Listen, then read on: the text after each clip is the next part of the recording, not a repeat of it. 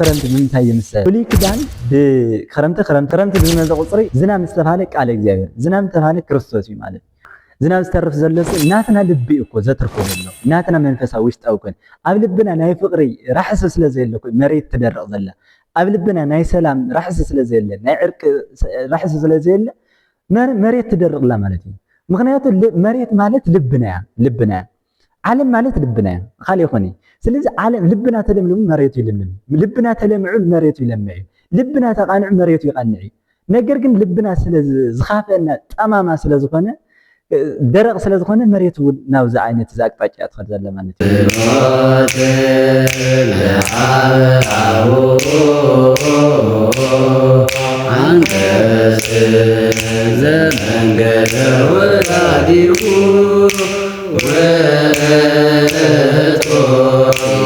ኢየሱስ ክርስቶስ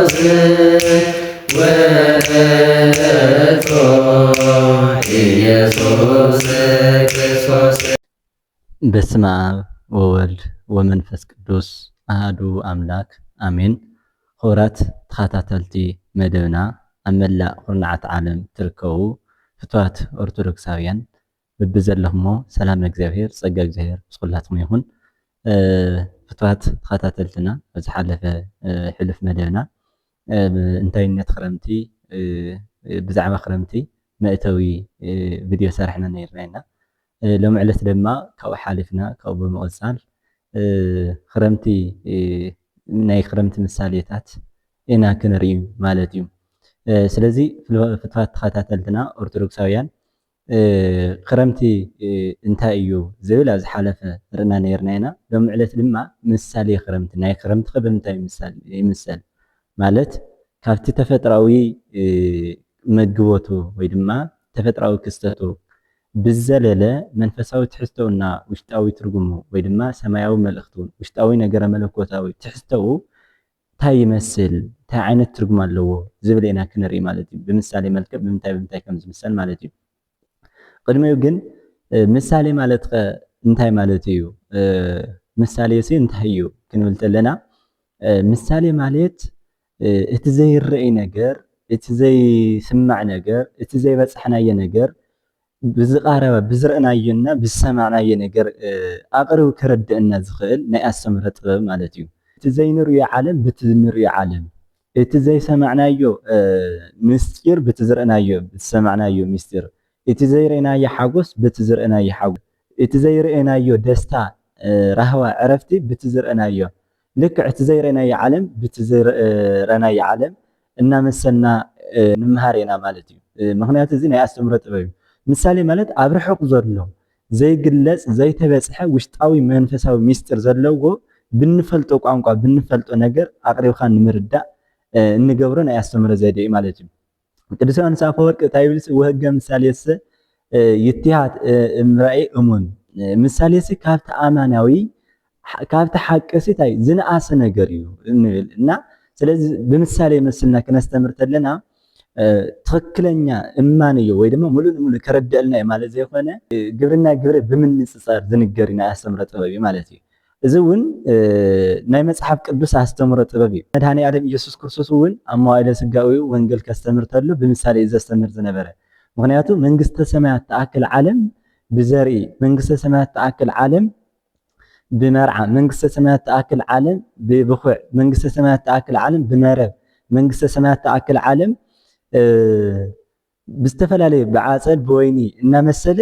የስተምር ነይሩ ማለት እዩ። እዚ እንታይ እዩ ምክንያቱ እግዚአብሔርነቱ ክገልፀሉ ዝኽእል እግዚአብሔራዊ ዝኾነ ቋንቋ ይብሉን ማለት ፍጥረት ቋንቋ ወይ ድማ ፍጥረታዊ መግለፂ ስለ ዘይብሉ ብዚ ዘለና ነገር ናና ቅርብ ዝኾነ ዳሕና ብዝግበና መጠን ብምሳሌ የስተምር ነይሩ ማለት እዩ። ንነቢያት ክግለጽ ዘለውን ብምሳሌ ይግለጽ ነይሩ በብዙ ነገር በብዙ መፈልጥ ማለት ብዝተፈላለየ ሕብረ ኣምሳል ብዝተፈላለየ ሕብረ ራእይ እግዚአብሔር ንነቢያት ይግለጽ ነይሩ። ስለዚ ምሳሌ ክባል ተሎ እቲ ኣብ ርሑቕ ዘሎ ኣቅርብና እንርድአሉ እቲ ዘይርአይ ነገር ከም ብዝርአይ ነገር መስልና እቲ ዘይብፅሕ ነገር ብዝብፅሕ ነገር መስልና እንምሃረሉ ናይ ኣስተምህሮ ጥበብ እዩ ማለት እዩ ሐዋርያት ክርስቶስ ነቢያት ዘስተምርሉ ዝነበሩ ናይ ኣስተምህሮ ጥበብ እዩ ማለት እዩ ስለዚ ክረምቲ ብምንታይ ይምሰል ክንብል ተለና ሓደ ብብሉይ ክዳን ይምሰል እዩ ክረምቲ ብብሉይ ክዳን ይምሰል እዚ ማለት ካብ በዓልትና ተላዕልና ወይ ድማ ካብ ናትና ሓሳብ ካብ ተይኮነ መጽሓፍ ቅዱሳዊ ትሕዝቶና መጽሓፍ ቅዱሳዊ ኣስተምህሮ እዩ መጽሓፍ ቅዱስ ቅድም ከም ዝበኽኩም ብዝተፈላለየ መልክዑ ናይ ኣስተምህሮ ጥበብ ኣሎ ተግሳጻዊ ዝኾነ ኣሎ ናይ ምኽሪ ዝኾነ ቃል ብቃል ኣሎ ሕልሚነዎ ራእያዊ ዝኾነ ኣጻሕፍ ኣሎ ምሳሌያዊ ዝኾነ ኣጻሕፍ ኣሎ ስለዚ መሃሊ ካብቶም ናይ ምሳሌ መጽሕፍቲ ዝበሃሉ እቲ ሓደ ኢና ምዕራፍ 2 ቁጽሪ 11 ከባቢ ክነንብብ ተለና ከምዚ ይብል ክረምቲ ብብሉይ ክዳን ከም ዝምሰል እስመናሁ ክረምቲ ሃለፈ ወዝናብ ገብአ ለሊሁ ጽጌ ኣስተርአየ በውስተ ምድርነ እነሆ ክረምቲ ሓለፈ ዝናብ ድማ ዘኒሙ ዘሪኡ ተወድአ ተፈጸመ ጽጌ ኣስተርአየ በውስተ ምድርነ ኣብ ምድርና ዕንበባ ተርአየ ይብል እዚ ማለት ንጉስ ሰሎሞን ክናገር ተሎ ኣብዚ ምሳሌ እዚ ብሉይ ክዳን ብክረምቲ መሲሉ ሓዲስ ክዳን ድማ ብቀውዒ መሲሉ እናተናገረ እዩ ዘሎ ማለት እዩ ምክንያቱ ብዙሕ ግዜ ቀውዒ ብሓዲስ ክዳን እዩ ዝምሰል መድኃኒዓለም ኢየሱስ ክርስቶስ እውን ከስተምር ተሎ ቀውዒ ብዘመነ ስጋዊ ወይ ድማ ናይ ሓዲስ ክዳን ምሳሌ ከም ዝኾነ ከም ዝምሰል ይነግረና ነይሩ ማለት እዩ ምክንያቱ ዮሐንስ ወንጌል ምዕራፍ 4 ቁጽሪ 33 ክነንብብ ተለና ከምዚ ይብል ኣኮኑ አንቱም እለ ትብሉ እስከ ነራብ ወርሒ ይከውን ማይረር እንስኻትኩም ሲበለ እስከ ረብዓይ ወርሒ ቀውዒ ከም ዝኸውን ትናገሩ ኢኹም ይብል እስከ ረብዓይ ወርሒ ማለት ኣብዚ ታይ ኦሪት በአርባዕተ ክፍለ ዘመናት ኣለዋ ዘመነ አበው ዘመነ ኦሪት ዘመነ ነገስት ዘመነ ካህናት ወንጌል ወይ ድማ ሐዲስ ክዳን ኣብ ዘመነ ካህናት መወዳእታ ከም ዝፍጸም ትናገሩ ኢኹም ስጋዊ ኣብ ዘመነ ካህናት ከም ዝፍጸም ዘመነ ካህናት ከም ዝፍጸም ትናገሩ ኢኹም ኢሉ ይናገርሎ ማለት እዩ ስለዚ ቀውዒ ብምንታይ ይምሰል ማለት እዩ በሐዲስ ክዳን ብዘመነ ስጋዊ ብዘመነ ወንጌል ክረምቲ ድማ ብብሉይ ክዳን ብኦሪት ብዘመነ ኦሪት ይምሰል ማለት እዩ ካብ ምንታይ አንጻር እዩ ክንብል ተለና ሓደ ብዘመን ካብ ዘመን ኣከፋፈለ አንጻር እዩ ማለት ኣብ ክረምቲ ዘሎ ወቅቲ ካብ ሰነ 16 ጀሚርና እስካዕ መስከረም 25 ዘሎ ወቅቲ ክንሪኦ ተለና ካብ ወርሒ አንጻር ክንሪኦ ተለና 3 ወርሒ ሓደ መዓልቲ 15 ኬክሮስን እዩ ካብ ዘመን ወይ ድማ ካብ ሰን ኣከፋፍላው ክንሪኦ ተለና ድማ በአተ ክረምት ማእከላዊ ክረምት ጸአተ ክረምት ናይ ክረምቲ መእተዊ ናይ ክረምቲ መጀመርያ ዝበሃል ኣሎ ካብ ሰነ 16 ጀሚሩ እስካዕ حمل 19 ዘሎ በአተ ክረምት እናተባለ ይንገር ማለት እዩ ማእከላዊ ክረምት ዝበሃል ጸአተ ክረምት ዝበሃል እውን ኣለዎ ማለት እዩ ጸአተ ክረምት ማእከላዊ ክረምት ናይ ክረምት ማእከል ጸአተ ክረምት ናይ ክረምት መወዳእታ እናተባለ ይኽፈል ማለት እዩ እዚ ማለት ድማ ኦሪት ዘመነ ኦሪት ወይ ድማ ዘመነ ብሉይ በአከፋፍላ ካብ ዘመን አንጻር ክኽፈል ተሎ ቅድም በአርባዕተ ዝበልናይ ብሰለስተ እውን ይትርጎም ማለት ብሰለስተ መንገዲ ይኽፈል እዩ ካብ ዘመነ አበው ዘመነ ነገስት ዘመነ ካህናት ተባሂሉ ማለት እዩ ዘመነ አበው ክንብል ተለና ካብ አዳም ጀምሮ እስካዕ ሙሴ ዘለው ዘመነ ነገስት ክንብል ተለና ናይ መሳፍንት ንግስና ዘመነ ናይ ነገስታትን ዘመን ሓደ ገይሩ ዘሎ እስካዕ ሕዝቅያስ ካብ ዘሩባቤል ዘሎ ዘመን እዩ ዘመነ ካህናት ድማ ካብ ንድሓር ዘሎ ማለት እዩ እስካዕ ክርስቶስ ዘሎ ዘመን እዩ ማለት እዩ ብሰለስተ ነገር ዘመነ አበው ዘመነ ነገስት ዘመነ ካህናት ተባሂሉ ስለዝኽፈል ስለዝኽፈል ናይ ኦሪት ዘመን ክረምቲ ድማ ብሰለስተ መንገዲ ይኽፈል በአተ ክረምት ማእከላዊ ክረምት እና ጸአተ ክረምት ወይ ድማ ሰለስተ ወርሒ ምዃኑ ብዛ አንጻር ብዚ ይምሰል ማለት እዩ ካብ ግዜ አንጻር ክንሪኢ ተለና ካልኣይ ድማ ካብ ድርጊት አንጻር ወይ ማለት ኣብ ክረምቲ ዘሎ ተፈጥራዊ ክስተት እና ሰብኣዊ ሰብ ስራሕ ተፈጥራዊ ስራሕትና ሰብኣዊ ስራሕቲ ምስ ኣብ ብሉይ ክዳን ዝነበረ ክስተት እግዚአብሔራዊ አሰራርሓና ናይ ደቂ ሰባት ስራሕቲ ዝመሳሰል ስለ ዝኾነ ማለት እዩ ኣብ ብሉይ ክዳን ዘሎ ናይ ደቂ ሰባት ስራሕና ናይ እግዚአብሔር ስራሕ ከም ድማ ኣብ ዘመነ ክረምቲ ዘሎ ናይ ተፈጥራዊ ክስተት ናይ ተፈጥሮ ስራሕትና ናይ ደቂ ሰባት ስራሕቲ ዘመሳሰሎምና ሓደ ነገር ሓደ ዝገብሮም ስለ ዝኾነ ማለት እዩ ንኣብነት ኣብ ዘመነ ክረምቲ ዘሎ ሓረስታይ ወይ ድማ ሓረስቶት ክንሪኦም ተለና ብክረምቲ ዝነብር ሰብ ብብሉይ ክዳን ዝነብር ሰብ ይምሰል ማለት እዩ ምክንያቱ ብክረምቲ ዝነብር ሰብ ብዙሕ ጭንቀት ዘለዎ እዩ ብዙሕ ድኻም ዘለዎ ብዙሕ ውፃውረድ ዘለዎ ከም ድማ ጥሜት ዝጸንዐል እዩ ክረምቲ ክንሪኦ ተለና ተፈጥሮሲ ናይ ድኻም ናይ ስራሕ ናይ ጥሜት ናይ ፀገም ሰብ ከም ድልየቱ ዘይሕጎሰሉ ንኣብነት ሓልፉ ሓደ ሰባት ተሰርሑ መብዛሕትኡ ከም ከባብና ክንሪኦ ዘለና ጠቕላይ ብሓፈሻ ክሪኦ ከሎ ክረምቲ ሰብ መርዓ ያመርዒ መርዓ ደርዓ ዝበሃል ኣየሕልፍ ብዙሕ ድግስ ኣይድግሰሉ ምክንያቱ ብኑሮ ውድነት ዝፍተነሉ ወቅቲ እዩ ክረምቲ ክንሪኦ ዘለና ማንኛውም ሰብ ዘለዎ እውን ዘይብሉ እውን ብኑሮ ውድነት ዝፍተነሉ ወቅቲ እዩ ማለት እዩ ምክንያቱ ትሽዑ ግዜ ኩሉ ቆፅሊ እዩ ኩሉ ቆፅሊ እምበይ ምንም ዓይነት ፍሬ የለ ዝቅንጠስ ፍሬ ዝልቀም ፍሬ ዘይብሉ ወቅቲ ማለት እዩ ምክንያቱ ናይ ዘርኢ ወቅቲ ናይ ቆፅሊ ወቅቲ እዩ ክረምቲ ክንሪኦ ዘለና ስለዚ ካብዚ አንፃር ኣብ ክረምቲ ዘሎ ሰብ ብጥሜት ይፍተን እዩ ብዙሕ ፀገማት ዘሕልፍ እዩ ካብ ባዕሉ እውን ካብ ተፈጥራዊ ክስተት እውን ይፍተን እዩ ማለት እዩ ካብ ባዕሉ ክንሪኢ ከለና ካብ ገዛኡ ምክንያቱ ካብ ኣፍ ደቁ ካብ ኣፍ ስድራው ካብ ቤተሰቡ እቲ ዘርኢ ካብ ጎተራ ኣውፅኡ ኣብ ደረቕ መሬት ዘዘርአሉ ስለዝኾነ ኣብ ገዛኡ ብዙሕ ዓይነት ብኢኮኖሚ እውን ይፍተን እዩ ማለት ምክንያቱ እቲ ዝነበረ ዘርኢ ኩሉ ኣብ መሬት እዩ ዘሎ ብተስፋ ወልደ እግዚአብሔር ብዝናብ ኣብቁሉ ብፀሓይ ኣብሱሉ ክምግበኒ ኢሉ ብተስፋ እዩ ዝዘርእ ዘሎ ማለት እዩ ኩሉ ኣብ መሬት እዩ ዘሎ ኩሉ ምህርቶም ኣብ በረኻ እዩ ዘሎ ማለት እዩ ስለዚ ካብ ዝተለዓለ ኣብ ገዛኦም ይፍተን እዮም ማለት እዩ ገሊኦም ካብ ዝግርመኩም ሓምሊ ጎመል ተደሪቦም ዝሓድርሉ ኩነታት እዩ ማለት ናይ ክረምቲ ብጣዕሚ እንታይ እዩ ፈታኒ እዩ ኣብ ክረምቲ ክንሪኦ ከለና ማለት እዩ መብዛሕትኡ ሰብ ዝፍተነሉ እዩ ከም ድማ ተፈጥራዊ ስራሕቲ ክንብል ከለና ክዘርእ ተሎ ናይ ክረምቲ ሓረስታይ ዕንቅፋት እናተወቅዐ ዕሾኽ እናተወቅዐ ጭቃ እናረገፀ እናደኸመ ብብዙሕ ውፃእ ውረድ ብብዙሕ ጭንቀት እዩ ዝዘርእ ማለት እዩ እቲ ሓረስታይ ክንሪኦ ከለና ማለት እዩ ስለዚ በቃ ክረምቲ ክባል ተሎ ናይ ፀልማት ዘመን ናይ ጥሜት ዘመን ናይ ፀገም ዘመን ወዲሰብ ዝፍተነሉ ብኑሮ ውድነት ዝፍተነሉ ብተፈጥራዊ ክስተት ዝፍተነሉ እዩ ማለት እዩ ክረምቲ ክንሪኦ ከለና ልክዕ ከምዚ ኩሉ ድማ ኣብ ብሉይ ክዳን ዝነበሩ ምእመናን ኣብ ብሉይ ክዳን ዝነበሩ መምህራን ድማ ብጣዕሚ እዮም ብመንፈሳዊ ሂወቶም ዝፍተኑ ዝነበሩ ማለት ከም ምእመናን ክንሪኦ ከለና ሃፍተ እግዚአብሔር ኣይነበሮም ምክንያቱ ወዲሰብ ኣብ ትሽዑ ግዜ ካብ ፀጋ እግዚአብሔር ተፈልዩ ካብ ፍቅሪ እግዚአብሔር ካብ ሕቁፍ እግዚአብሔር ተፈልዩ ካብ ውልድነት ወፂኡ ዝነበረሉ ዘመን እዩ ማለት እዩ እያነብር እንከ መንፈሲ ዲበ እጓለ እመሕያው ድሕር ደግም መንፈሰይ ኣብ ደቂ ሰባት ኣያንብረኒ ኢሉ እግዚአብሔር ዝተናገረሉ ዘመን እዩ ሰብ ካብ ፍቅሪ እግዚአብሔር ዝተፈልየሉ ካብ ፀጋ እግዚአብሔር ካብ ውልድነት ዝረሓቀሉ ዘመን እዩ ዝነበረ ብሉይ ክዳን ክንሪኦ ከለና ማለት እዩ ስለዚ ብሉይ ክዳን ካብ ወዲሰብ ካብ እግዚአብሔር ተፈልዩ ዝነበረሉ ውልድ እግዚአብሔር ኮይኑ ዝነበረ ገብረ ዲያብሎስ ናይ ዲያብሎስ ግዙ ናይ ዲያብሎስ ባርያ ኮይኑ ዝነበረሉ ማለት እዩ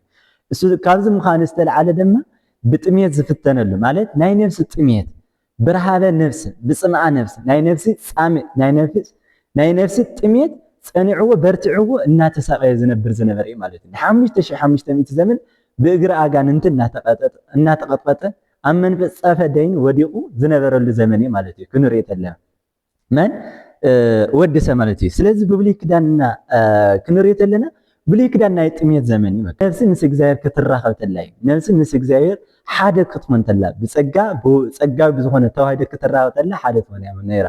ነገር ግን ኣብ ብሉይ ክዳን ዝበደለውን ዘይበደለውን ማዕረግ ካብ ፍቅሪ እግዚአብሔር ተፈልዩ ነይሩ ዋላ እኳ ሓደ ቅዱሳን ብግድሎም ብዝነበሮም ናይ ውሽጣዊ ደጋዊ ንጥፈታት መንፈሳዊ ንጥፈታት ምስ እግዚአብሔር ሓደ ተኾኑ ከምላ አብርሃም ኢዮብ ካልኦት ቅዱሳን ብእግዚአብሔር እናተላሐዙ ብሕቁፍ እግዚአብሔር ሓደ ኮይኖም ዋላ ተነበሩ ብረድኤቱ እናተሓለዉ ተነበሩ ነገር ግን ፍጹም ድሕነት ኣይረኽቡን ዝነበሩ ማለት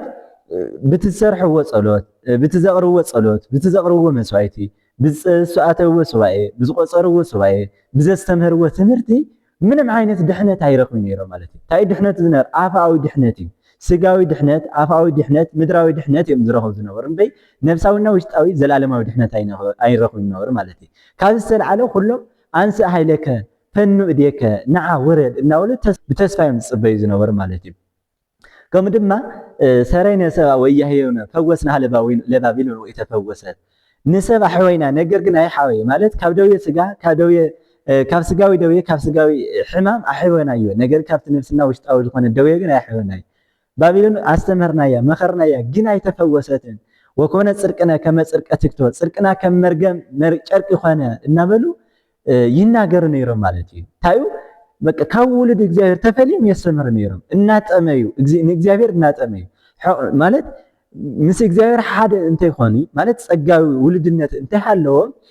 ብጥሜት ኮይኖም የስተምር ነይሮም ነቢያት ማለት እዩ ናይ ልውልድነት ጥሜት ነይርዎም ናይ ክህነት ጥሜት ነይርዎም ናይ ንስሐ ጥሜት ነይርዎም ናይ ስርየት ጥሜት ነይርዎም ብዚ ኩሉ ኮይኖም ግን ታይ ነቢያት የስተምር ነይሮም ምእመናን እውን ይምሃሩ ነይሮም ማለት እዩ ይምሃሩ ነይሮም ስለዚ ካብ ዝተለዓለ ክረምቲ ብብሉይ ክዳን ይመስል ማለት እዩ ብብሉይ ክዳን ምክንያቱ ናይ ክረምቲ ፀገም ናይ ክረምቲ ተፈጥራዊ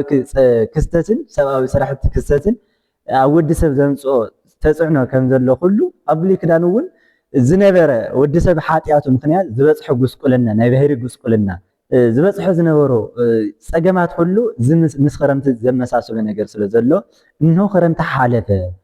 ወዝናም ገብአ ለሊሁ ትንቢተ ነቢያት ሓሊፉ ዘመነ ነቢያት ሓሊፉ ዘመነ ኦሪት ሓሊፉ ፅጌ ድማ ፅጌ ክርስቶስ ኣብ ምድርና ተረኣየ ሰማያዊ ፅጌ ምክንያቱ ብሓጭር ቁመት ብፀብብ ደረት ተገለፀ ኢሉ ተናግሪ ኢማ ስለዚ ብብሉይ ክዳን እንታይ ማለት እዩ ይምሰል ማለት እዩ ክረምቲ ካልኣይ ድማ ኣብነት ደመና ዝበዝሐሉ ዝናም ዝበዝሐሉ መብረቕ ዝበዝሐሉ ወቅቲ ማለት እዩ ደመና ብምንታይ ይምሰል ክንብል ተለና ብነቢያት እዩ መብረቕ ብምንታይ ይምሰል ክንብል ተለና በትምህርቶም እዩ ማለት እዩ ደመና ተፈጥሮኡ ካብ ምንታይ እዩ ክንብል ተለና ያው ካብ ውቅያኖስ እዩ ካብ ውቅያኖስ እዩ መብረቕ ድማ ካብ ምንታይ እዩ ክፍጠር ክንብል ተለና ርጥበት ካብ ዘለዎ ደመናና ይብስና ወይ ይብሰት ድርቀት ካብ ዘለዎ ደረቕ ቦታ ዝወፅእ ጢስን ካብ ርጥበት ዘለዎ ውቅያኖስ ዝወፅእ ጢስን ክወሃድ ተለው ወይ ደመና ክወሃድ ተለው ታይ መብረቕ ይፍጠር ይብለና መብረቕ ይፍጠር ስለዚ መብረቕ ዝፍጠር ካብ ምንታይ ካብ ደመና እዩ ማለት እዩ ልክዕ ነቢያት ድማ ሰባት እዮም እውን ከም ድማ መንፈሳውያን እዮም ኣብዚ ዓለም ዘለው ሰማያውያን እዮም ከም ድማ ኣብ ሰማይ ዘለው ምድራውያን እዮም ነቢያት ምክንያቱ ብተፈጥሮም ከማና ደቂ ሰባት ሰብኣዊ ተፈጥሮ ሰብኣዊ ባህሪ ዘለዎም እዮም ባነባብሮኦም ግን ሰማያዊና መንፈሳዊ እዮም ማለት እዩ ስለዚ ሰብ ብምዃኖም ሰብኣዊ ብዝኾነ ዓለም እዚ እናተመላለሱ ነገር ግን ሰማያዊ ከም ምዃኖም ድማ ብመንፈስ ቅዱስ ገላጭነት ሓላፊያት መጻያት ትገሊጹሎም የስተምር ነይሮም ማለት እዩ ልክዕ ደመና ደረቕ እውን ይብስ እውን ከም ዝኾነ ነቢያት እውን ስጋውያን መንፈሳውያን ተፈጥሮም ስጋውያን እዮም ኣነባብሮም ግን ሰማያውያን መንፈሳውያን እዮም ቅድመ ወንጌል ዝነበሩ ወንጌላውያን ቅድመ ሐዋርያት ዝነበሩ ሐዋርያውያን እዮም ነቢያት ክንሪኦም እንተለና ኣነባብሮምና እዚ መስል ማለት እዩ ትምህርቶም ብመብረቕ ዝተመሰለሉ ድማ መብረቕ የፍርሕ የደንግፅ እዩ ነቢያት ድማ ከስተምሩ ተለው ኣምላክ ሰብ ክኸውን እዩ ኣምላክ ክውለድ እዩ ኣምላክ ክስቀል እዩ ኣምላክ ክመውት እዩ ኣምላክ ክመጽእ እናበል ክናገሩ ተለው ብጣዕሚ እዮም ዘደንግፁ ነይሮም ማለት እዩ መብረቕ ክበርቕ ተሎ ብዙሕ ረብሓታት ብዙሕ ጥቕሚ ኣለዎ ንኣብነት እንስሳት ፀኒሶም ዝነበሩ እንስሳት ዝወልድሉ ከም በዓል ዋልያ ዝመሳሰሉ ማለት እዩ ዝወልዱ ናይ መብረቕ ድምፂ እዩ ምክንያቱ ብተፈጥሮ ዋልያ ክንሪያ ተለና እንታይ ይብላ ብጣዕሚ ሕርሲ ይፀንዓ ይብል ሕርሲ ይፀንዓ ብጣዕሚ እያ ትሓምም ክትወልድ እንተላ ማለት እዩ ነገር ግን ናይ መብረቕ ድምፂ ክትሰምዕ ተላ ግን ብሓደ ግዜ ኣትወልድ ፀኒሶም ዝነበሩ ኣዝርእቲ ንክዕንብቡ ዓንቢቦም ዝነበሩ ንከፍሪ ዝገብር እውን ሓይሊ ኣለዎ ማለት እዩ መብረቕ ንሓደ መሬት ወይ ድማ ንሸኽላ ክወቅዖ ተሎ ናብ ብረት እዩ ዝቕይሮ ንብረት ክወቅዖ ተሎ ድማ ናብ ብርት እዩ ዝቕይሮ ንብርት ክወቅዖ ተሎ ናብ ብሩር ንብሩር ክወቅዖ ተሎ ናብ ወርቂ እዩ ማለት እዩ ምክንያቱ ይስንግሎ የፅርዮ ይውልውሎ የንፅህ እዩ ማለት እዩ ንወርቂ ክወቅዖ ተሎ ድማ ናብ ኣልማዝ ይኸውን ኣሎ ማለት እዩ ስለዚ እንታይ እዩ መብረቕ ሓይሊ ከም ዘለዎ ኩሉ ቃል ኣምላኽ ድማ ኣብ ናይ ደቂ ሰባት ልብና ክዓርፍ ተሎ ልክዕ ከም ሸኽላ መሬታዊ ዝኾነ ልቢ ንዝነበረ መንፈሳዊ ናብ ወርቂ ናብ ብረት ዝኾነ ፅኑዕ ዝኾነ ናብ ብረት ብእምነት ዝፀንዕ ብመንፈሳዊ ህይወት ናብ ዝፀንዐ ናብ ብረት ይቕይሮ ማለት እዩ ከም ድማ ንብረት ክወቅዖ ቅዱሳት መጻሕፍት ብምምልኻት እዩ ሕሊና ዝለዝብ ናይ ወዲ ሰብ ልቡና ዝልስልስ ዝጥንክር ወይ ድማ ብመንፈሳዊ ዝብርትዕ ቃል እግዚአብሔር ብምምልኻት እዩ ቃል ኣምላኽ ብምምሃር እዩ እናበለ ቅዱስ ዮሐንስ አፈወርቅ ይነግረና ማለት እዩ ስለዚ ብመብረቕ ብቃል ኣምላኽ ይምሰል እዩ ቅዱስ ጳውሎስ እውን ግብተ በረቀ መብረቅ እንሆ ድንገት መብረቕ በረቀ ዝበሎ ድንገት መብረቕ በረቀ ዝብል ናይ እግዚአብሔር ቃል እዩ ልክዕ መብረቕ እቲ ብረት ናብ ብሩር ንብሩር ከዓ ናብ ወርቂ ከም ዝቕይሮ ናይ ቅዱስ ጳውሎስ እውን ካብ ኣሰዳድነት ናብ ሐዋርያነት ካብ አይሁዳዊነት ናብ ወንጌላዊነት ናብ ሐዋርያነት ዘምጽእ እዩና ብቃል ኣምላኽ ይምሰል እዩ ማለት እዩ ብቃል ኣምላኽ ንዝውን መዝሙረኛው ንጉስ ዳዊት አንጎድጎደ እግዚአብሔር በሰማያት ወልዑል ወሃበ ቃሎ እግዚአብሔር በሰማያት ብልዕልና ኮይኑ ተናገረ ልዑል ቃሉውን ወሃበ ብልዕልና ዝብሎ ዘሎ በደመናት በነቢያት ሓዲሩ ተናገረ ወዱ ተቀዳም ተኸታሊ ዘይብሉ ወዱ ድማ ሰብ ንክኸውን ንኩነተ ስጋ ወሃበ እናበለ ይናገር ማለት እዩ። መዝሙር 17 ክነን እንተለና ስለዚ ታዩ ትንቢተ ነቢያት ብመብረቕ ይመስል ነቢያት ብደመናት ይመስሉ ማለት እዩ። ከምኡውን ነቢያት ብናይ ክረምቲ ሓረስታይ ይመስል እዮም ቅድም ከም ዝበልናዮ ማለት እዩ። ምክንያቱ ናይ ክረምቲ ሓረስታይ ብዙሕ ፈተናታት ከም ዘለዎ ኩሉ ነቢያት ብእስራኤላውያን እውን ብኣሕዛብ እውን ይፍተኑ ነይሮም እዮም ማለት እዩ። ማለት ከስተምሩ ተለው ፀዋዊ ክኸውን እዩ ምርኮ ክኸውን እዩ ኢሎም ከስተምሩ ተለውን ብእስራኤላውያን ይፅልኡ ነይሮም ብኣሕዛብ እውን ይውቅዕ ነይሮም ይግረፉ ነይሮም ማለት እዩ። ኣምልኮተ እግዚአብሔር ክሰብኩ ተለው ኣብ ኣሕዛብ እውን ይፅልኡ ይግረፉ ይቀተሉ ነይሮም ማለት እዩ። ስለዚ እለ ኣሞፅ ብእምኒ ተቐጢጦም እዩ። እለ ኢሳያስ ብምናሴ ዝተባሃለ ንጉስ ብመጋዝ ተሰቂሉ ተሰንጢቁ ተቐቲሉ እዩ ማለት እዩ። እነ ኤርምያስ እውን ብኣሕዛብ ብነገስታት ተቐቲሎም እዮም ማለት እዩ። ብዙሕ ፈተናታት እዮም ዝቕበሉ ዝነበሩ ነገር ግን እዚ እናተቐበሉ ታይም ተስፎም ዝነበረ ወዲ እግዚአብሔር ሰብ ኮይኑ ተስፋ ቅድስት ድንግል ማርያም ተስፋ ዝነበሩ ብቀውዕ ብትምስተል ማእረረ ትንቢት ብዝተባሃለት ብቅድስት ድንግል ማርያም እዩ ተስፋኦም ዝገበረ ማለት ኦ ድንግል ኣምሳል ወትንቢት ዘነቢያት ናይ ነቢያት ትንቢት ናይ ነቢያት ኣምሳል ዝብላ እውን ነዚ እዩ ማለት እዩ። ምክንያቱ ነቢያት ተስፋኦም ዝነበረ በቃ ብቅድስት ድንግል ማርያም ብቅድስት ድንግል ማርያም ምክንያቱ ካብ ሰብ ኮይኑ ከድሕነና እዩ ኢሎም ተስፋ ይቆፅሩ ነይሮም ማለት እዩ። ነዚ እውን ቅዱስ ጴጥሮስ የትኬ መድኃኒት እንተሃሰሱ ወአውዱ ነቢያት ዝበሎ ቀዳማይ ጴጥሮስ ምዕራፍ 1 ቁጥር 18 ነቢያት ብብዙሕ ሕብረ ኣምሳል ብብዙሕ ሕብረ ትንቢት ንመኣዝ ትኸውን እናበሉ ዝምርምርዋ ዝደልይዋን ዝነበሩ ንሳ እያ መድኃኒት ስጋዊ መድኃኒት ቅድስት ድንግል ማርያም ንሳ እያ እናበሉ ዝተናገረ ቅዱስ ጴጥሮስ እውን ነዚ እዩ ማለት እዩ። ስለዚ ብሉይ ክዳን ብክረምቲ ብሉይ ክዳን ከም ዝምሰል እዚ ይመስል ማለት እዩ። እንታይ ብዋናነት ጥቕልል ክብል ተሎ ኣብ ክረምቲ ዘሎ ክስተትን ኣብ ክረምቲ ዘሎ ሰብኣዊ ስራሕን ሰብ ኣምላካዊ ተፈጥራዊ ክስተትን ኣብ ብሉይ ክዳን ዘሎ ሰብኣዊ ስራሕትን እግዚአብሔራዊ ስራሕትን ዘመሳሰሉ ነገር ስለ ዘሎ እዩ ማለት እዩ። እዚ ድማ ታይ ምሳሌው ታይ ዘይሓጽጽና ሙሉ ሙሉ አይኮነ ምክንያቱ ኣብ መተው ከም ዘናዩ እስመ ወህገ ምሳሌ ይትሃት እምራይ እሙን ካብታ ኣማናዊ ካብታ ሓቅሲ ዝነኣሰ እዩ። ብሉይ ክዳን ብክረምቲ ብሉይ ክዳን እንፈልጦ ነገር ስለእቲ ዘይንሪኦ ነገር ብትንሪኦ ነገር መስልና ንምንጋር ዝኣክል እዩ ማለት እዩ። ካብዚ ብወፃል ክረምቲ ብምንታይ ይምሰል ክንብል ዘለና ካልኣይ ብዛ ዓለም እዚ ይምሰል ማለት እዩ። ክረምቲ እዚ ዓለም እዚ ይምሰል ማለት እዩ። እዚ ዓለም እዚ ክንሪኦ ተለና ያው ናይ ስራሕ ዓለም እዩ። ክረምቲ ብተፈጥሮ ክንሪኦ ተለና ናይ ስራሕ ናይ ትግሃት ወቅቲ እዩ ናይ ዘርኢ ወቅቲ እዩ። ንክርስቲያን እውን ሓደ ኣብዚ ዓለም እዚ ክነብር ተለሲ ናይ ስራሕ ግዜ እዩ። በቃ ናይ ስራሕ ወቅቲ እዩ። እዚ ዓለም እዚ እንነብረሉ ይኾነ ትመችውና ደስ ውልና እንነብረሉ ይኾነ ሰርሕና እንሓልፈሉ ታሪክ ሰርሕና መንፈሳዊ ስራሕ ሰርሕና መንፈሳዊ ጽቡቕ ነገር ሰርሕና እንሓልፈሉ ማለት ናይ ስራሕ ወቅቲ እዩ። ናይ ዘርኢ ወቅቲ እዩ። ናይ ትምህርቲ ወቅቲ እዩ ማለት እዩ። ማለት እዚ ዓለም እዚ በቃ ናይ ንብሮ ወቅቲ እዩ። መንፈሳዊ ነገር እንሰርሐሉ ማለት እዩ። መንፈሳዊ ነገር እነምርተሉ ማለት እዩ። እዚ ዓለም እዚ ብክረምቲ መንግስተ ሰማያት ኣዝማነ መንግስተ ሰማያት ድማ ብዘመን ቀውዒ ይምሰል ማለት እዩ። ልክ ሓደ ሓረስታይ ዘርኡ ዝእርመሉ ወይ ምህርቱ ዝስብስበሉ ብቀውዒ እዩ። መዓዝ ዝዘርኡ ግን ብክረምቲ ዝዘርኡ ማለት እዩ። ሓደ ክርስቲያን ድማ ብዛ ዓለም ዝዘርኡ እዩ ኣብቲ ላዕለዋይ ዓለም ዝስብስብ ማለት እዩ። ሐዋርያው ቅዱስ ጳውሎስ ኣብ ገላትያ መልእክቱ ምዕራፍ 6 ቁጥር 13 ብዝግር መልክዑ ይናገር ዘዘርአ ሰብ ይዓርር ዘዘርአ ውስተ ስጋው ሞት ይዓርር ወዘዘርአ ውስተ ነፍሱ ህይወት ዘለዓለም ይዓርር። ሰብ ዝዘርኡ እዩ ዝዕጭድ በለ ሰብ ዝዘርኡ ይዕጭድ በለ ኣብ ነፍሱ ዝዘርአ ናይ ዘለዓለም ህይወት ይዕጭድ ኣብ ስጋው ዝዘርአ ድማ ናይ ዘለዓለም ሞት ይዕጭድ በለ። ስለዚ ንሕና ደቂ ሰባት ሓረስቶት ኢና መሬት ኢና እውን ሓረስቶት ኢና እውን ዘርኢ ኢና እውን ንሕና ደቂ ሰባት ማለት እዩ። ሓረስቶት ኢና ክንብል ተለና ኣብ ህይወትና እንዘርኦ ዘርኢ ኣብ ህይወትና እንዘርኦ ዘርኢ ኣብቲ ላዕለዋይ ዓለም ኢና እንዘርኦ ዘለና ማለት እዩ። ሕዚ እንሰርሖ ዘለና ሲ ድሓር እንረኽቦ ኢና ማለት ሕዚ ጽቡቕ ተሰርሕና ብፍቃድ እግዚአብሔር ብሕጊ እግዚአብሔር ብኣምልኮተ እግዚአብሔር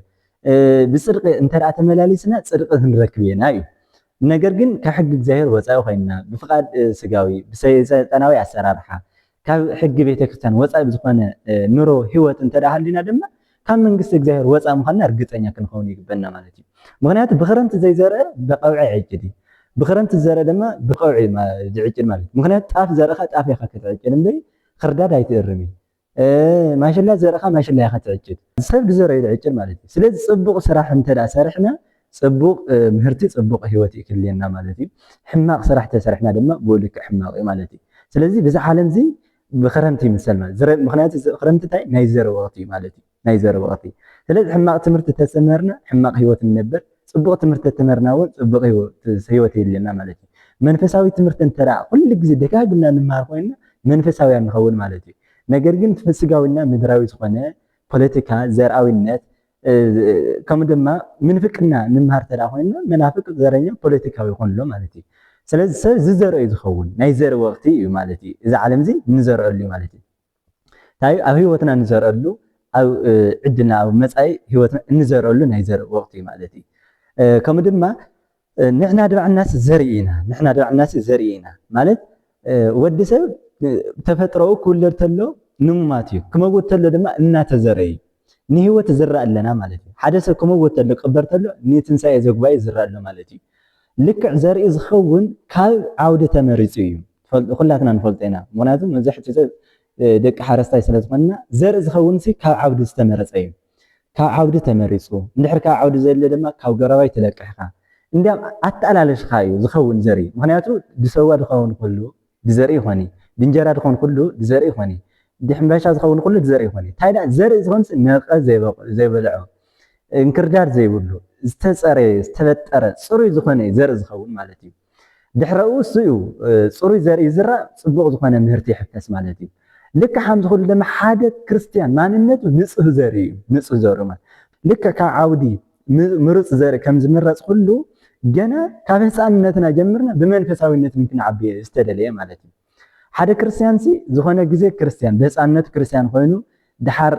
ዓለማዊ ወይ ድማ ስጋዊ ክኸውን ወይ ድማ ብህፃንነቱ ብስጋዊና ብዓለማዊ ፀኒሑ ድሓር ድማ ዳ መንፈሳዊ ንክመፃ ይኾነ ዝተደለ በቃ ካብ መጀመርያ ጀምርና እስካ ናይ መወዳእታ ናይ እስትንፋስና ህቅታ ብመንፈሳዊ ብክርስቲያናዊ ሂወት ንክንፀንዕ ዝተደለየ ማለት እዩ ልክዕ ካብ ዓውዲ ዘርኢ ከም ዝምረፅ ገና ካብ ኣደና ካብ ወለድና ሕዝና ኣተዓባብያና ሕዘምና ይመፁ ማለት እዩ ምክንያቱ ሓደ ልባማት ኣደታት ወይ ሓረስቶት ትርኦም ተኾኑ ገና ካብ ዓውዲ እዮም ዝመርፁ ማለት እዩ ሓደ ፅቡቕ ሓዳር ዘለዎም መንፈሳዊ ሓዳር ዘለዎም ኦርቶዶክሳዊ ዝኾነ መንፈስ ክርስቲያናዊ ዝኾነ ሓዳር ዘለዎም ውላዶም ብዝግባእ እዮም ሓብሒቦም ዘብፅሑ ማለት እዩ ብቅዱስ ቁርባን ብቅዱሳት መጻሕፍቲ ብመንፈሳዊ ሂወት ብፅቡቕ ነገር እዮም ዘባፅሕዎም ማለት እዩ ነገር ግን ብዋዛ ፈዛዛ ዘባፅሕዎም ግን እንታይ በቃ ብእንክርዳድ እዮም ዝኾኑ ማለት እዩ ነቐዝ ዝበልዖ ዘርኢ ንዘርኢ ከም ዘይኸውን ልክዕ ብሓጢያት ብምንፍቅና ብቅም በቀል ዘሎ ክርስቲያን ድማ ንትንሳኤ ዘጉባኤ ይኹን ክዝራእ ክእል ግን ተበቀለ ናይ ሃሳር እምበይ ናይ ክብሪ ትንሳኤ ኣይትስይ ማለት እዩ ስለዚ ንሕና ሰውነትና ዘርኤና ዝተመረፅና ነገር ግን ነቀዝ ከይበላዕና ክንጥንቀቕ ይግበና ልክዕ ንዘርእና ጥንቃቄ ከም ንገብረሉ ኩሉ ማንነትና ድማ ነቀዝ ከይበላዕና ነቀዝ ዘረኝነት ነቀዝ ፖለቲካ ነቀዝ ሓጢያት ነቀዝ ቅም በቀል ነቀዝ ክፍኣት እዚኣቶም እንታይ ውሽጣዊ ኣስኳልና ኣእምሮና ዘስእኑ ንፅሓ ጠባይና ቅድስናና መንፈሳዊ ሂወትና ዘርስሑ ዘጓስቅሉ እዮም ማለት እዩ ነቀዝ ዝበልዑ በቃ ዘርኢ ይኾን ተበኮይኑ እውን ወይ ማይሽላ ሰይጣን ዝኾን ወይ እንክርዳድ ዝኸውን ማለት እዩ ትግራት ክዝራእ ከሎ ልክዕ ከምዚ ኩሉ ድማ ስቁልና ምስ ቅም በቀልና ምስ ሓጢያትና እንተዳ ተተቀቢርና ትንሳኤና ትንሳኤ ዘለሃሳር ዘለዓለማዊ ሞት እዩ ዝኸውንና እዚ እውን መድን ዓለም ኢየሱስ ክርስቶስ ዮሐንስ ወንጌል ምዕራፍ 12 ኣማን ኣማን እብለኩም እመይ ወርቀት ህጠተ ሰናይ ውስተ ምድር ወይ ሞተት ባሕቲታ ይተሃዩ ናይ ስንዳይ ዘርኢ መሬት ወዲቃ እንድሕር ደይበስበሰት እንድሕር ደይፈረሰት ክትፈሪ ኣይትኽእሊ ክትበቁል ኣይትኽእሊ ናይ ክርስቶስ ሞቱ ብምሳሌ ዘርኢ መስሉ ተናግሪ ቅዱስ ጳውሎስ እውን ኦ አብደ አንተ የተአምሩን ከማ አንተ ዘትዘርእ እትዘርእ ዘለካ ከም ዝበቀል ኣይትፈልጥ ኢዳኻ ይሉ ብምሳሌ ዘርኢ መስሉ ተናግሪና ናይ ዘርኢ ወቅቲ ናይ ሞትና ወቅቲ ማለት እዩ በቀልትና ድማ ናይ ትንሳኤና ወቅቲ ናይ ትንሳኤና ወቅቲ ስለ ዝኾነ ብዛ ዓለም እዚ ይምሰል ማለት እዩ ክረምቲ ብዘይ መሳስሉ ንሕና እውን መሬትና ልክዕ መሬት ካብ ሰማይ ዝናም ካብ ሓረስታይ ዘርኢ ተቀቢላ ከም ተፍሪ ሁሉ ንሕና ድማ ካብ መምህራን አንደበት ቃል ሰሚዕና ካብ መጻሕፍቲ ቃል ሰሚዕና ዝናም ዝተባሃለ ቃል እግዚአብሔር ዝናም ዝተባሃለ ክርስቶስ እዩ ማለት ስለዚ ክርስቶስ ተቀብልና ቃል እግዚአብሔር ተማሂርና ብመንፈሳዊ ሂወትና እንልምልመሉ ማለት እዩ ምክንያቱ መሬት ዝናም ተቀቢላ ብዝናም ሰትያ ብፀሓይ ሞይቃ ዘርኢ ተፍሪ እያ ማለት እዩ ንሕና ድማ ቃል እግዚአብሔር ተማሂርና ብመንፈስ ቅዱስ ሞይቅና أبي وتنا ناي نفس اللملامي ناي منفساويت اللملامي كنا نسيق بالنا مالتي زي مثال مالتي بخرمت اللملمو بحاجاي زدرقوا ألو كم دما بخرمت دريقهم بحاجاي زلملمو أصوات أزرت ألو مالتي زيادة من تاي مثال بحات عن النابس أركان مالتي بخرمت اللملمو بحاجاي زدرقوا ناي من مثالي ناي هات عن مالتي لك هات عن أز عالم زي كنورت له بتدلا بحاجوس እዮም ዝነብሩ ማለት እዩ ሓዘን ዝበሃል የለይ ጾም ጸሎት ዝበሃል የለይ ንስሐ ዝበሃል የለይ ቅዱስ ቁርአን ዝበሃል የለይ ንጽህና ምሕላብ ዝበሃል የለይ ይቅርታ ዝበሃል የለይ ኩሉ ግዜ ፍቃድ ስጋኦም እናተኸተሉ በዋዛ ፈዛዛ ብሸለልትነት ብስጋዊ ደስታ ብስጋዊ ትምኒት እዮም ዝነብሩ ማለት እዩ ነገር ግን ኣብቲ ላዕላዊ ዓለም ግን እንታይ ኩሉ ግዜ ናይ ዘለዓለማዊ ልቕሶ ናይ ዘለዓለም ዋይታ ናይ ዘለዓለም ሓዘን እዮም ዝነብሩ ማለት እዩ ናይ ዘለዓለም ብኽያት ብዘለዎ ህይወት እዮም ዝነብሩ ማለት እዩ ልክ እተማ ክረምቲ ዝነበሩ እጽዋት ብክረምቲ ለምሊሞም ብሓጋይ ከም ዝደርቁ ሃጣን ድማ ብዛ ዓለም ዝዋላ ተተሓጎስ ኣብቲ ላዕላይ ዓለም ይሓዝኑ እዮም ማለት እዩ ጻድቃን ለለ ኣብዛ ዓለም ዚ ደሪቆም ልክ ዕዞም ኣብ ክረምቲ ደሪቆም ብሓጋይ ዝልምልም ናይ ጻድቃን ምሳሌ እዮም ክንብል ተለና ጻድቃን ኣብዛ ዓለም ተለው ሕማቅ ለቢሶም ንጽህናኦም ሓልዮም ፍቃድ ስጋኦም ገዚኦም ካብ ስጋዊ ሓጎስ ካብ ስጋዊ መብልዕ ካብ ስጋዊ መስተ ዝለሓመ ዝጣዓመ ሓዲጎም ስጋኦም ንነፍሶም ንከግዝኡ ስለ እግዚአብሔር ብሎም ኩሉ ነገር ሓዲጎም ዘይመስልዎ መሰሎም ዝነበሮም ቁንጅና ዝነበሮም መልክዕ እስካዕ ዝበላሸ ናብ ካሊእ ክሰል እስካዕ ዝመስል ብጥሜት ብድኻም ብዝተፈላለየ መንፈሳዊ ተጋድሎ ነይሮም ይነብሩ እዮም ማለት እዩ ከም ድማ ኣብ ሓጋይ ልክዕቶም እፅዋት ከም ዝልምልሙ ኣብቲ ላዕላዊ ዓለም ግን በሊፆም ሓቢሮም ጣዕሚ ኣብ ልዕሊ ጣዕሚ ቅድስና ኣብ ልዕሊ ቅድስና ክብሪ ኣብ ልዕሊ ክብሪ ይውሰኸሎም እዩ ማለት እዩ ንኣብነት ኣብ ሉቃስ ወንጌል ምዕራፍ 16 ዘሎ ታሪክ ኩላትና ንፈልጦ ኢና ናይ መንና ናይ ነውየና ናይ ኣልዓዛር ታሪክ ማለት እዩ ናይ ነውየ ህይወት ክንርኢ ተለና ናይ ኣልዓዛር ህይወት ክንርኢ ተለና ልክዕ ኣብ ክረምቲ ዝለምለሙና ኣብ ሓጋይ ዝደረቁ ኣብ ክረምቲ ዝደረቁና ኣብ ሓጋይ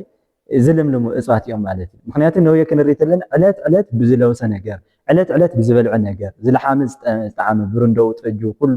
እናተመገበ ደስ ይብሎ ነይሩ ማለት እዩ ብዝበልዕ ነገር ይሕጎስ ነይሩ ማለት ብዝበልዕ ነገር ማለት እዩ ይሕጎስ ነይሩ ይብል ነገር ግን መወዳእታው እንታይ ኮነ ናብ ዘላለም ሞት ይኸይዱ ማለት እዩ ኣልዓዛር ክንሪኦ ተለና ድማ እንታይ ኩሉ ግዜ ዝተናዓቀ ነይሩ ማለት እዩ ዝተናዓቀ ነይሩ እሱ ጥራሕ ይኮነ ኣኽልፍት እናመፁ ቁስሉ የርሕስሉ ነይሮም እናልሓሱ ቁስሉ የርሕስሉ ነይሩ ብደውየ እናተሳቀየ እናተፀገመ እናሓዘነ ነይሩ ማለት እዩ ነገር ግን ኣብቲ ላዕላዊ ዓለም መን እዩ ማለት እዩ ኣልዓዛር ኣብ ሕቑፊ ኣብርሃም እዩ ተቐሚጡ ማለት እዩ ሕቑፊ ኣብርሃም ማለት እደ እግዚኣብሔር ኣብ መንግስቲ እግዚኣብሔር ኣብ ክብሪ ነይሩ ማለት እዩ ስለዚ እቶም ዝልምልሙ ናይ ሓጣን እዮም እቶም ብሓጋይ ከም ዝደርቁ ሓጣን ኣብቲ ላዕላዊ ዓለም ከም ዝሓዝኑ እዩ እቶም ብክረምቲ ደሪቆም ብሓጋይ ዝልምልሙ ግን ናይ ጻድቃን ናይ ቅዱሳን ምሳሌ እዩ ማለት እዩ ናዚኣቶም ምሳሌ እዩ ምክንያቱ መድን ዓለም ኢየሱስ ክርስቶስ ብፁዓን እለ ይርህቡ እዚኦም ምንቱ ይጸግቡ ኣብዚ ዓለም ዝዝጠምዩ ንኡዳን ኮራን እዮም ኣብቲ ላዕላዊ ዓለም እንታይ ክጸግቡ እዮም እሞ ይብለና ኣሎ ማለት እዩ ኣብዚ ዓለም እዚ ዝደኽሙ ዝሓዝኑ ዝትክዙ ንኡዳን ኮራን እዮም ኣብቲ ላዕላዊ ዓለም እንታይ ይሕጎስ እዮም ኢሉ ይነግረና ኣሎ ማለት እዩ ከም ድማ መዝሙረኛው ንጉስ ዳዊት ልክዕ ናይ ክረምቲ ሓረስታይ ናይ ሓደ ክርስቲያን ማንነት ከም ዝኾነ ይነግረና እዩ ማለት እዩ ምክንያቱ እለ ይዘርኡ ብኣንብዕ ወብሃሲት ይኣርሩ ይብለና መዝሙር 125 እናሓዘኑ እናተከዙ ዝዘርእሲ ደስ እናበለም ብሓጎስ ይዕጭዱ ይብል ምክንያቱ ሰብ ክሓርስ ተሎ ክደክም ተሎ ብዙሕ ድኻም ነው ቅዱሳን እውን ብዙሕ ተጋድሎ እናሰርሑ ክኸዱ ተለው ብጣዕሚ ዝደኽሙ ብጣዕሚ ካብ ምስ ባዕሎም እናተጋደሉ ምስ ካልኦት ሰባት እናተጋደሉ ምስ ኣሕዛብ እናተጋደሉ ምስ ኣጋንንት እናተጋደሉ እናተቃለሱ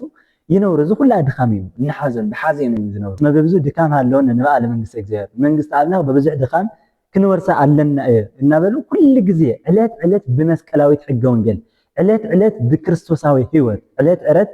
ብዕለተ ዓርቢ ኣነባብራ እናነበሩ እዮም ዝነብሩ ማለት እዩ ኣብዚ ዓለም ቅዱሳን ምክንያቱ እዚ ናይ ተጋድላ ዓለም ናይ ጉያ ዓለም እዚ ናይ ጦር ሜዳ ዓለም እና ብዙ ህይወት እዮም ነይሮም ኣብቲ ላዕላዊ ዓለም ግን እንታይ ናይ ዕረፍትና ናይ ሽልማት ማለት እዩ እንከሰ ጽኑሊተ ኣክሊለ ካብ ድሕሪ ረግምሲ ኣክሊለይ ተዳልዩለይ እዩ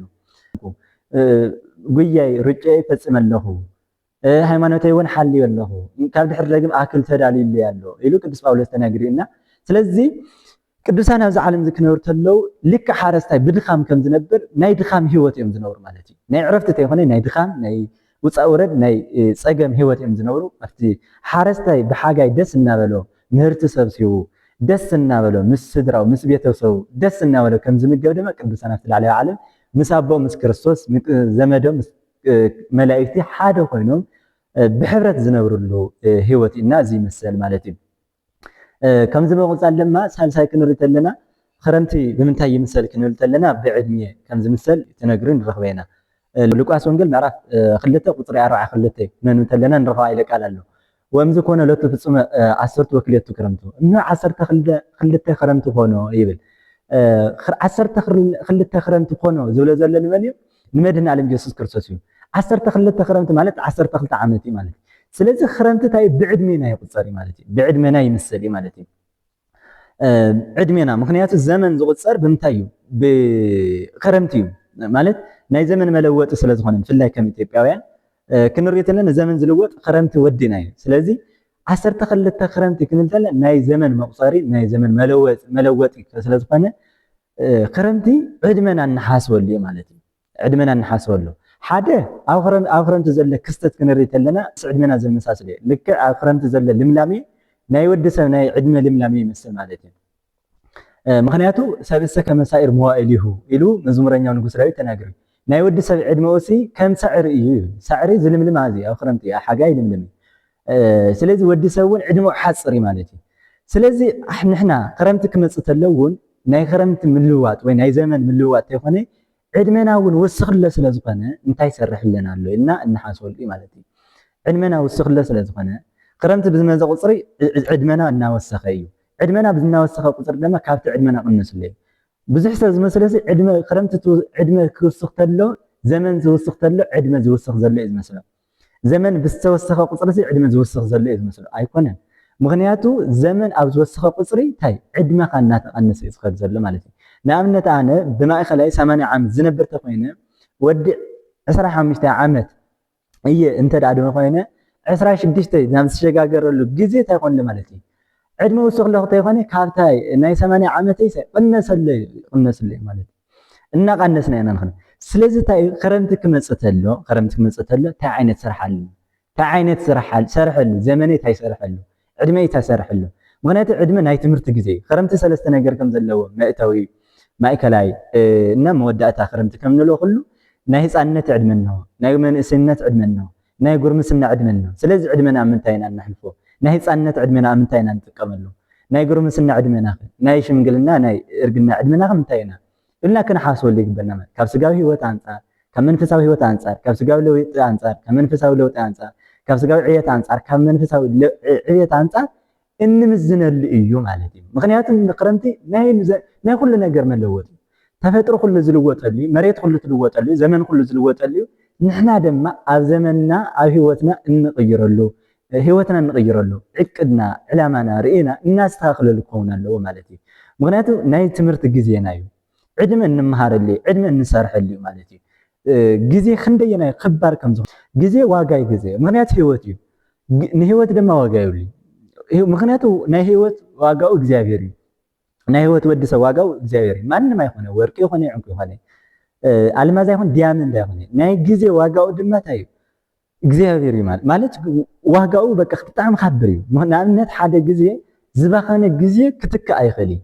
ሕልፍ ግዜ ክምልስ ኣይኽእል ዝኾነት ግዜ በዋዛ ተዛዛ ዝባኸነት ግዜ እንታልያትን ናይ ጸሎት ግዜ ናይ ንባብ ግዜ ናይ ስራሕ ግዜ ተባኺናትኒ ክምልስ ኣይኽእል ዝባኸነ ሃብቲ ዝባኸነ ንብረት ሰሪሕካ ክምለስ እዩ። ገንዘቡን ብገንዘብ ይትካዩ ንብረት ብንብረት ይትካዩ ግዜ ግን ብግዜ ይትካዩ። ምክንያቱ ገደብ ዘይብሉ ቃጻልነት ዘለዎ ተፈጥራዊ ሂደት ዘለዎ ስለዝኾነ ማለት እዩ። ስለዚ ግዜና ክንጥቀመሉ ይግባእ ማለት ብፍላይ ከም ኦርቶዶክሳውያን ኣብ ግዜ አጠቃቅምና ብጣዕሚ ዝወረድና ኢና። ምክንያቱ ናይ ሶሻል ሚድያ አጠቃቅማና ዝተሳሓሐተ እዩ። ናይ ማሕበራዊ ግንኙነት ዝተሳሓሐተ እዩ። ግዜ ማኔጅመንት የብልና ናይ ግዜ አመራርሓ የብልና ማለት ምክንያቱ ግዜ ባሕና ዝነብርን በእሕና ብግዜ ይነብር ለና ግዜ ባሕና ዝሓልፍ ዘለን በእሕና ብግዜ ይሓልፍ ለና ማለት ምንም አይሰርሕ ለና እዩ። ስለዚ እዚ ከይኸውን ግዜና ብኣግባቡ ክንጥቀመሉ ኣለና ማለት ምክንያቱ ኣብ ክረምቲ ዘሎ እፅዋት ክንሪኦም ተለና እያንዳንዷ ነገር ይጥቀሙሉ ማለት ናይ ዘር ወቅት ነው ናይ ብቁልቲ ወቅት ነው ናይ ፅንሲ ወቅትና ናይ ዕንበባ ወቅትና ናይ ፍሬ ወቅትና ናይ ዓፅድ ወቅትና ስለዚ ንሕና እውን ማለትና ከም ቡቅልቲ ውልደትና እዩ ከም ዝድሕ ዝለማ ሓዳር ዝደሊ ሓዳር ሒዙ ዝምንኩስ ዝደሊ ምንኩስና ኣብ ገዳም ኣትዩ ዝነብረሉ ህይወት እዩ ማለት እዩ ኣብቲ ንብረት ኣብረና እንነብረሉ ህይወት እዩ ልክዕ ናይ ዓፅድ ናይ ምህርቲ ድማ ልክዕ ናይ ሙማትና እዩ መሊስና ከም ዝራእ ድማ ልክዕ ቅድም ከም ዝብልናዮ ናይ ትንሳኤ ዘጉባኤ ሙማትና እዩ ምዝራእና እዩ ንትንሳኤ ዘጉባኤ እናተዘራእና እዩ መሊስና ከም ዝበቀል ድማ ንትንሳኤ ከም ትስእ ዘለና እንሓስበሉ እዩ ማለት እዩ ስለዚ ምሳሌ እዚ ክንሓስበሉ ይግባል ምስ ህይወትና ክነተኣሳስሮ ይግባል ክረምቲ ዓርሱስ ወንጌል እዩ ብሓቂ ልምንጋር ማለት እዩ ኣይነስተውዕል ኮይና እምበይ ክረምቲ ብደንቢ ክንርዳእ ነርናስ ወንጌል ናይ ወንጌል ኣካል እዩ ግን ካብቲ ተፈጥራዊ ምግብና ምግበ ስጋ ካብ ዝብል ብዝዘለለ ለኣንክሮ ለተዘክሮ ዝብል መንፈሳዊ ትሕዝቶ ግን ረስዕና የና ዘለና ለኣንክሮ ለተዘክሮ ምክንያቱ ስነ ፍጥረት ንምግበ ስጋ ንምግበ ነፍስ ለኣንክሮ ለተዘክሮ ዝብል ኣለዎ ንምግበነት የና ንሓሶ እምበይ ንኣንክሮ ንተዘክሮ ዝብል ኣይነስተውሰይ ንኣብነት ሕዚ እኮ ዝናብ ብጣዕሚ ኣስጋኢ ኮይኑ ዘሎ ከም ኩሉ ከባቢ ክሪኦ ተለስ ክረምቲ ብጣዕሚ ገንጉ እዩ ዘሎ እቲ ዘሎ እውን ብዙሕ ኣይኮነ እዩ ዘለና ስለዚ ምክንያቱ እንታይ ኣንክሮ ተዘክሮ እውን ካብ ዘንጋዕና እኮ ፀኒሑ ዝናብ እኮ ስጀመር ካብ ዘንጋዕና እየ ፀኒሑ ማለት እቲ መለኮታዊ ምግብና እኮ ረስዕና ኢና ዘለና እቲ መለኮት ኣምላካዊ ምግብና ሃይማኖታዊ ትሕዝቶ ማለት መንፈሳዊ መልእኽቱ መንፈሳዊ ትሕዝቶ ረስዕና ኢና ዘለና ክረምቲ ማለት እዩ ስለዚ ኣሕዋተይ ካብቲ ተፈጥራዊ ክስተት ብዘለል መንፈሳዊና ነገር መለኮታዊ ትሕዝቶ ክናስታውሶ ይግበአና ክረምቲ ማለት እዩ ኣንክሮ ተዘክሮ እውን ጸሎት እዩ ንዓርሱ ናይቲ ስነ ፍጥረት ዓርሱ ናይ ጸሎት ኣካል ስለ ዝኾነ ክናስታውሶ ይግበአና ማለት እዩ ከም ድማ ዝናብ ዝተርፍ ዘሎ ናትና ልቢ እኮ ዘትርፎ ዘሎ ናትና መንፈሳዊ ውሽጣዊ ኮን ኣብ ልብና ናይ ፍቅሪ ራሕሲ ስለ ዘየለ መሬት ትደርቕ ዘላ ኣብ ልብና ናይ ሰላም ራሕሲ ስለ ዘየለ ናይ ዕርቂ ራሕሲ ስለ ዘየለ መሬት ትደርቕላ ማለት እዩ ምክንያቱ መሬት ማለት ልብና እያ ዓለም ማለት ልብና እያ ካሊእ ይኾን ስለዚ ዓለም ልብና ተለምልሙ መሬቱ ይለምልም ልብና ተለምዑ መሬቱ ይለምዕ ልብና ተቃንዑ መሬቱ ይቃንዕ ነገር ግን ልብና ስለ ዝኻፈአና ጠማማ ስለ ዝኾነ ደረቕ ስለ ዝኾነ መሬቱ ናብዚ ዓይነት ኣቅጣጫ ትኸድ ዘላ ማለት እዩ ልክዕ ደመና ደሚኑ ዝናብ እንተየዝነመ ዝኸደሉ ምክንያት ድማ መምህራን ተናጊሮም መጻሕፍቲ ተናጊሮም ሰማዕ ስለ ዘየለ ኮይኑ ቃለ መጻሕፍቲ